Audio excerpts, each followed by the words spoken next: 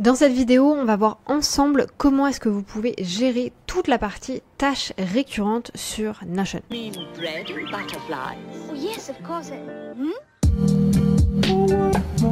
Salut à tous, c'est Aude, j'espère que vous allez bien et on se retrouve aujourd'hui pour parler des tâches récurrentes. J'ai eu énormément de questions sur le sujet récemment et c'est vrai qu'avec pas mal de mes clients, que ce soit en prestation de service ou non, on a mis en place ce format de tâches récurrentes. Du coup, j'avais envie de vous montrer comment est-ce que ça fonctionne.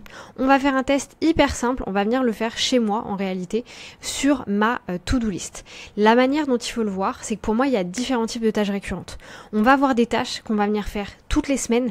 On n'a pas forcément envie de les avoir là, entre guillemets, dans notre to-do list, mais on peut avoir un espace en fait où on voit toutes ces fameuses tâches récurrentes. Et à ce moment-là, je vais vous montrer un peu comment est-ce que ça peut fonctionner. Mais à côté de ça, on peut aussi avoir envie d'avoir nos tâches en fait qui viennent ici directement. Ne vous inquiétez pas, je vous montre un petit peu les deux formats. Imaginons, moi j'ai envie d'avoir une tâche qui vient ici tous les débuts de mois. Par exemple, je dois faire ma déclaration de TVA ou alors je dois la faire pour mes clients. Ça fait partie de mon travail. Donc ce que je vais venir faire, je viens ici, je viens dans Nouveau modèle. Je vais donc créer un nouveau modèle, donc par exemple déclaration de TVA, comme ceci, et on va dire que c'est pas pour moi et c'est pour Léna. La personne en charge, c'est moi. Il n'y a pas de projet à proprement parler parce que c'est un projet client. Par contre, le pôle va être dans le pôle client. Le statut va être pas commencé et progression et commentaires, je ne rajoute rien de plus. Ma tâche maintenant, elle est créée, il faut que j'amène de la récurrence. Donc ce que je vais faire, je viens ici dans les trois petits points, je clique sur répéter, et là dans ce cas-ci, on va mettre au mois. Donc moi je veux que ça vienne tous les premiers du mois. Donc dans ce cas-ci, ça va être tous les mois, non pas le 8, mais bien le premier. Et moi personnellement, j'ai l'habitude de le mettre genre 1 heure avant que je me mette sur mon ordinateur, donc on va mettre 7 heures du matin. La date de début, c'est à partir de demain. Donc là, en réalité, cette action-là va se passer le 1er avril, à 8 heures du matin. Donc là, il va rien se passer là maintenant tout de suite. Pour l'exercice, ce qu'on va faire, c'est que je vais pas mettre tous les mois, mais je vais mettre tous les jours. Et je vais mettre, donc moi il est 18h09 quand je vous filme cette vidéo. Donc on va mettre 18h15. Donc ça nous fait 6h15 juste ici. Date de début, aujourd'hui, date de fin jamais, donc moi je suis bien sur cet horaire-là. Je laisse comme tel, normalement ça s'enregistre automatiquement, donc là si je reviens et je fais dans répéter, voilà, j'ai les bonnes informations. Là il est actuellement 18h09 pour moi, donc je vais laisser ce truc-là se faire. Ça c'est du coup une première option qui va vous permettre d'avoir les tâches qui viennent se mettre ici automatiquement. Néanmoins, il y a d'autres formats pour le faire. Moi personnellement, un format que j'aime beaucoup, c'est vraiment avoir un fichier avec toutes les tâches, imaginons que je dois faire toutes les semaines. Je vous donne un exemple, moi je suis coach, donc je fais du consulting et je fais des retours à mes clients toutes les semaines. Donc ce que je pourrais très bien avoir, c'est ici un tableau avec tous mes clients. Est-ce que je leur ai fait un retour ou non? C'est ça qu'on va créer ensemble maintenant. Première chose que je vais faire, c'est une base de données. Donc moi personnellement, je vais me faire une base de données liste, donc slash du côté liste. Je viens sélectionner celle-ci, base de données. Je la laisse s'ouvrir, donc là c'est une base complètement neuve, donc je vais l'appeler tâche client, comme ceci. Moi je viens cacher ça, ça m'intéresse pas. Je cache ça aussi, ça m'intéresse pas. Et là, je vais me mettre, non pas ça, mais voilà, un petit cœur comme ceci. Donc là, j'ai ma base de données, elle est propre. Maintenant, ce que je peux venir faire, c'est mettre tous mes clients ici. Donc là, ça peut être retour Sabrina, retour Marine et retour Léna. Imaginons, j'ai 3 clients. Maintenant, ce qui va être pertinent, c'est de tout simplement venir se rajouter une case à cocher. Donc moi, cette partie-là, je la supprime, ça m'intéresse pas. L'étiquette, je la supprime, ça m'intéresse pas non plus. Je clique sur ajouter une propriété. Je fais bien case à cocher tout en bas.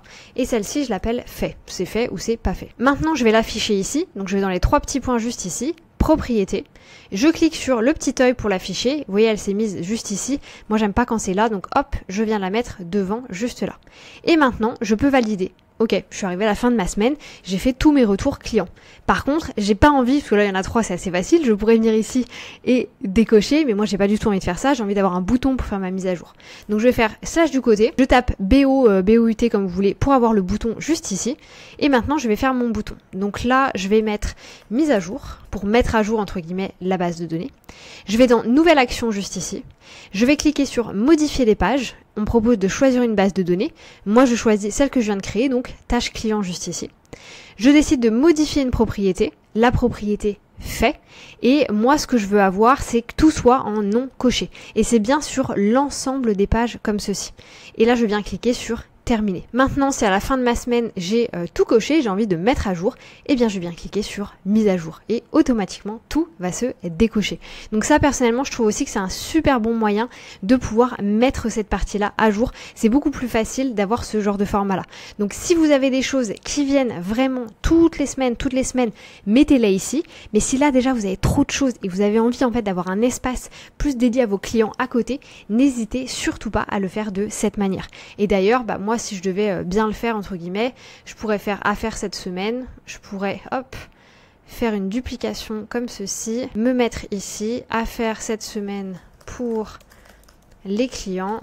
Hop, vous savez, moi j'aime bien mettre des petits encadrés comme ça, je trouve que c'est beaucoup plus propre.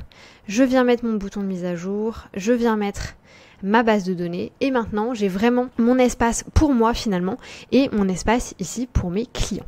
Il est 18h13 quand je suis en train de filmer là, donc on a encore 2 minutes à attendre avant que ça vienne s'afficher juste ici. Donc je vais rester là jusqu'à ce que ça s'affiche et nous attendons ensemble. Ok, il est tout juste 18h15 sur mon ordinateur et ça a bien fonctionné. Donc voilà, au moins on sait que ça fonctionne. J'espère que cette petite vidéo vous aura plu. N'hésitez pas à me dire si ce genre de vidéo très rapide, très immersive, etc. vous plaît. Parce que moi, personnellement, c'est un format que j'aime beaucoup faire et en réalité que je fais énormément au quotidien pour mes clients. Donc voilà, si je peux aussi pouvoir vous aider directement sur YouTube, c'est avec plaisir. Moi, je vous laisse là-dessus. Je vous souhaite une bonne journée, une bonne matinée, une bonne soirée. Peu importe quand est-ce que vous allez regarder cette vidéo. Et je vous dis à bientôt pour une nouvelle vidéo.